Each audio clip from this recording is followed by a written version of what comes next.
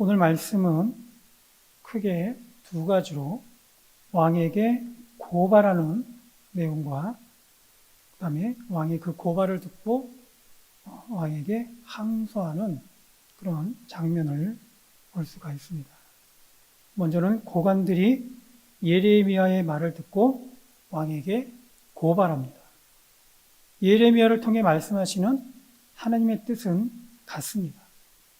예루살렘의 멸망이 돌이킬 수가 없다는 것이죠. 곧 멸망할 것이다. 그렇게 바벨론에게 이제는 항복하라는 것입니다. 그럴 때만이 살 수 있는 길이 열린다는 것이죠. 그런데 예레미야의 이러한 선포된 하나님의 말씀을 들은 고관들의 반응은 시드기야 왕에게 고발하는 것입니다. 그 이유를 보면 이 사람은 예레미야를 가리키죠. 이 사람은 백성의 평안을 구하지 않았다라는 것입니다. 오히려 재난을 구하고 있다라는 겁니다. 그렇듯 예레미야의 말은 군사와 백성을 그냥 약하게 할 뿐이기 때문에 따라서 이 사람을 죽여야 된다라는 것이 이 고관들의 고발하는 내용입니다. 그러자 시드기야 왕은 선지자와 고관들을 중재해야 될 그런 입장임에도 불구하고 고관들의 손을 일방적으로 들어주고 있습니다. 예레미야를 너희들 손에 맡기겠다라는 것이죠. 나는 너희들의 뜻을 거스르지 않겠다. 왕의 입에서 나오는 말이 너희들의 뜻을 거스르지 않겠다라고 합니다. 그래서 예레미야는 감옥에 끌려가고 그리고 그곳에 있는 구덩이에 던져집니다. 그 구덩이는 물이 없는 곳이고 진창이라고 했습니다. 그래서 예레미야는 그 진창에 빠지게 된 것이죠. 그래서 이대로 간다면 이 구덩이에서 굶어 죽을 것이다 라는 그런 내용입니다. 여기서 우리가 주목해야 할 것은 고관들이 가지고 있는 그 마음의 방향입니다. 그리고 시드기야 왕의 그 중심된 생각이죠. 고관들의 관심이 어디에 있습니까? 예레미야가 전하는 말에 있지 않아요. 그리고 예레미야가 전하는 그 말이 이것이 하나님의 뜻이냐 아니냐 라는 것이 중요하지 않은 것이죠. 이들의 관심은 예레미야가 마치 선지자가 아닌 것처럼 대하고 있습니다.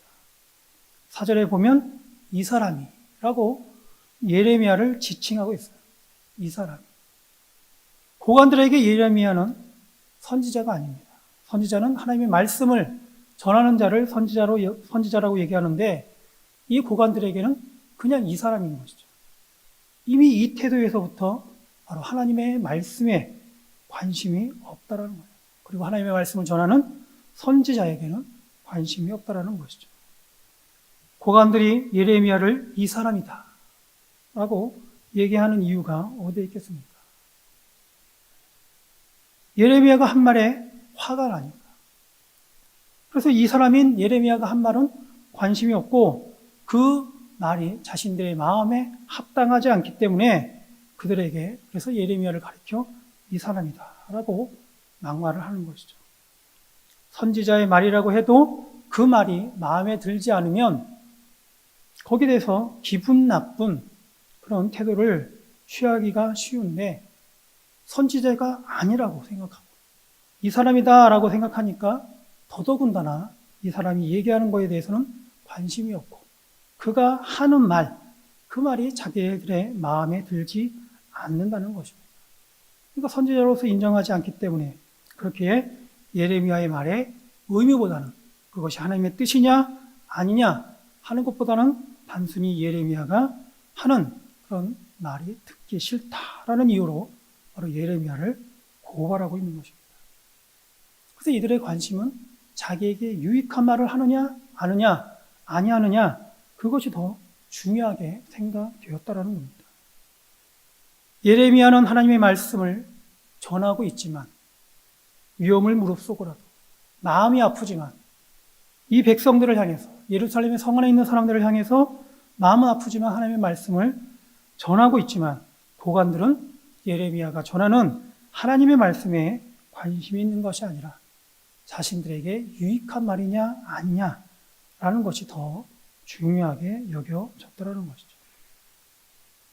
그리고 시드기야의 왕의 관심도 보면 마찬가지예요. 시드기야는 왕이었지만 고관들의 눈치를 보고 있다는 것을 볼 수가 있습니다.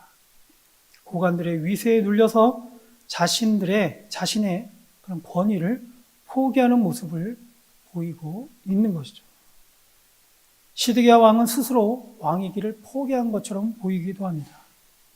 5절에 보면 왕은 조금도 너희를 거스를 수 없다라고 그 말의 의미에서 이미 포기하고 있는 그 시드기야 왕의 모습을 볼 수가 있습니다.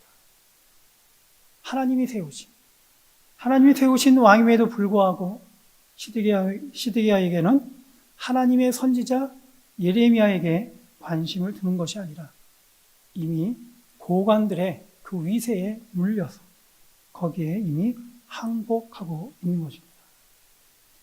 예레미야는 선지자로 하나님의 말씀을 전했습니다. 나라가 위태한 지경에 있었지만 예레미야가 전해야 하는 것은 선지자에게 하나님의 뜻인 것이죠. 그러니까 하나님의 말씀을 전하는 겁니다. 예레미야도 인간적으로는 좋은 말을 전하고 싶었을 것입니다. 그러니 하나님의 말씀이 아니고 하나님의 뜻이 아닌 것을 전하는 것은 결코 선지자가 할 일이 아닌 것이죠.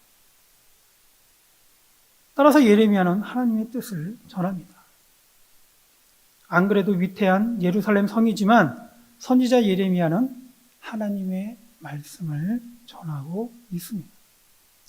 그런데 이를 들은 고관들은 선지자 예레미야의 말씀이 들리지가 않습니다. 그것이 하나님의 말씀으로 듣고 싶지 않은 것이죠. 그들에게 예레미야는 선지자가 아니라 이사라라고 얘기했을 만큼 이 고관들에게는 그것이 중요하지 않다는 겁니다. 왜 그렇겠습니까? 고관들에게는 예레미야가 전하는 말이 하나님의 말씀이냐 아니냐라는 것이 중요한 것이 아니라 고관들에게 중요한 것은 과연 이 백성들에게, 군사들에게 좋은 말이냐, 지금 우리가 듣기에 좋은 말을 하느냐 아니하느냐, 그것이 더 중요하게 생각되었기 때문입니다. 다시 말하면 고관들이 듣고 싶은 말, 그것을 예레미야가 했느냐 안 했느냐라는 것이죠. 그것이 나에게 유익이 되느냐 아니냐, 그것을 더 보게 된 것이죠. 시드기야 왕도 마찬가지입니다. 시드기야 왕의 관심은 선지자 예레미야의 말이 하나님의 뜻이냐가 중요한 것보다는 고관들의 뜻이 더 중요했다라는 겁니다. 그렇게 예레미야가 선지자로서 하는 말씀의 그 의미보다는 시드기야는 고관들의 위세에 눌려 옳고 그름, 즉 하나님의 뜻이냐 아니냐를 판단하기보다는 단번에 고관들의 뜻을 거스르지 않기로 결정한 것입니다.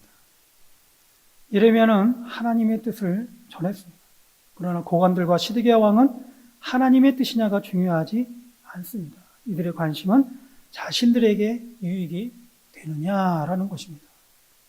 하나님의 말씀을 들어도 하나님의 뜻을 생각하기보다는 내 기분을 따르고 다른 사람들의 이목을 따른다면 우리는 이처럼 하나님의 뜻을 바르게 분별할 수 없음을 우리는 알 수가 있습니다.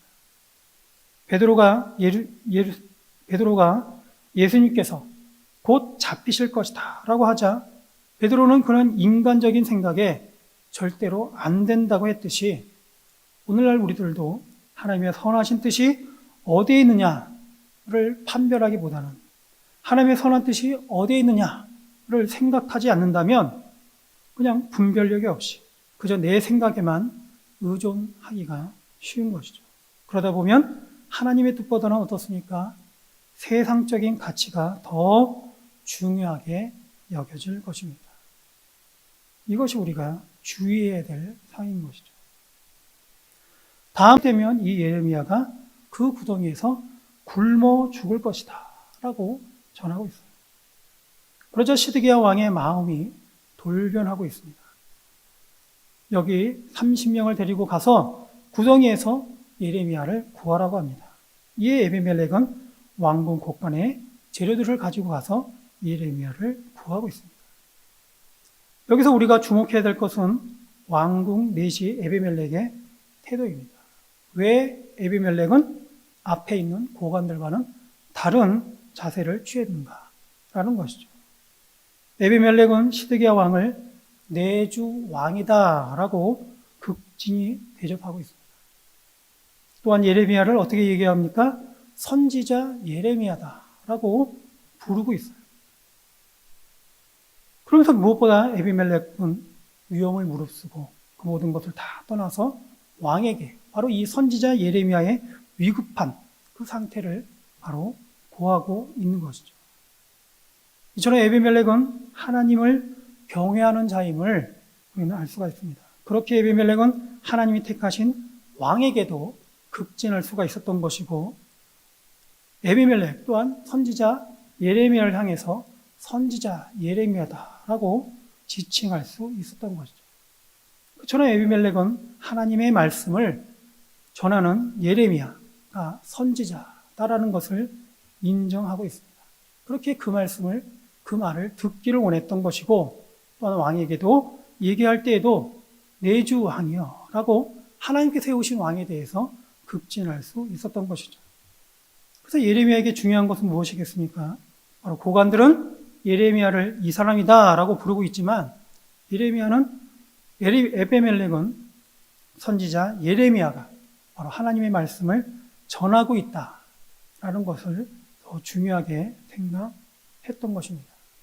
그렇게 에비멜렉은 왕의 명령을 따라서 선지자 예레미야를 구하는 것에도 일사천리로 행하고 있습니다. 거침없이 왕궁 곳간에서 장비를 가져다가 예레미야를 구덩이에서 끌어올려 구하는 것입니다. 오늘날 이 믿음 없는 세대를 살아가는 우리 성도들에게도 이러한 예레미야에 선포하는 그런 말씀처럼 하나님의 경고를 듣지만 갈등을 겪게 되는 것을 볼 수가 있습니다. 성경은 이 세상은 종말로 간다고 말씀하고 있습니다. 결코 이 세상의 영원함을 얘기하지 않는 것이죠. 또 하나는 하나님의 말씀을 듣는 자는 살 것이고, 그렇지 않으면 영원한 멸망임을 분명하게 말씀하고 있습니다. 복음을 들으면 천국이고 영원한 생명이지만, 복음이 없으면 멸망이고 지옥이라는 것입니다. 그러나 세상 사람들은 이 세상이 영원하기를 바랍니다. 그래서 이 세상 사람들은 이 세상이 영원히 발전할 것이고 성장할 것이고 그렇게 더 발전할 것이다 라는 얘기를 듣고 싶어 하는 것이죠. 그리고는 죽음이 없는 희망을 얘기만 하기를 바랍니다. 영원히 살 수 있는 방법 듣기를 원하는 것입니다. 그렇게 요즘 들어서 종종 우리 말들 중에 불교관, 세계관에 혹하는 그런 말들을 하기가 쉽습니다. 다시 태어난다. 혹은 다음 생은 이라는 말을, 그런 표현을 하는 것이죠. 그 마음에 다른 삶을 다시 살 수 있기를 바라는 그런 마음을 표현하는 것입니다. 그렇지만 이 세상의 이 세상은 현실적인 멸망이 다가올 것이고 죄로 인한 영원한 죽음을 맞이하게 될 것입니다. 이것을 인정하지 않는다면 우리에게는 하나님 나라와 천국은 없는 것이죠. 회개할 수 있는 기회는 지금의 잘못과 죄를 인정할 때 이루어지는 것입니다. 곧 다가올 멸망, 우리에게 닥칠 죽음, 죄로 인한 영원한 죽음을 우리가 인정하지 않을 때 우리는 다시 새롭게 그 부활과 하나님 나라를 꿈꿀 수가 없다라는 것이죠. 그래서 지금도 하나님께서는 말씀하고 있습니다. 어떠한 위협에도 예레미야가 하나님의 뜻을 굳건히 전했던 것처럼 오늘날 이 세계에 대한 성도들이 전할 하나님의 말씀은 무엇이겠습니까? 먼저는 회개하라인 것이죠. 그리고 난 이후에 찾아오게 될 복음과 천국입니다. 따라서 오늘 저와 여러분들은 이렇듯 좋은 말만 듣기를 원하는 세상을 향해서 오늘 예레미야와 에벤멜렉과 같은 믿음의 결단을 따라 하나님의 경고와 함께 참된 하나님의 복음을 전하는 그런 하나님의 성도가 되기를, 그래서 하나님의 말씀 앞에 순종하고 하나님께서 주시고자 하시는 복과 은혜의 삶을 살아갈 수 있기를 주의 이름으로 축원드립니다. 기도하겠습니다. 사랑의 하나님, 오늘도 주시는 말씀을 따라 깨닫게 하시니 감사합니다. 주신 말씀과 같이 하나님의 경고의 소리를 듣게 하셔서 하나님의 뜻을 따르게 하시고 하나님의 말씀에 순종케 하여 주시옵소서. 그래서 이 세상에 대해서도 하나님의 말씀을 전할 때에 회개할 것을 말할 수 있도록, 전할 수 있도록 인도하여 주시옵시고, 그래서 그들에게도 하늘의 소망을 가질 수 있는 기회를 가질 수 있도록 인도하여 주시옵소서. 오늘도 주의 말씀을 붙들고 살아가기를 원합니다. 좋은 말 듣기보다는 하나님의 말씀 앞에 순종케 하여 주옵시고 순복케 하여 주셔서 주의 말씀 따라 오늘도 하나님의 뜻을 따라 나아갈 수 있도록 함께하여 주시옵소서. 감사하며 예수님의 이름으로 기도드립니다. 아멘.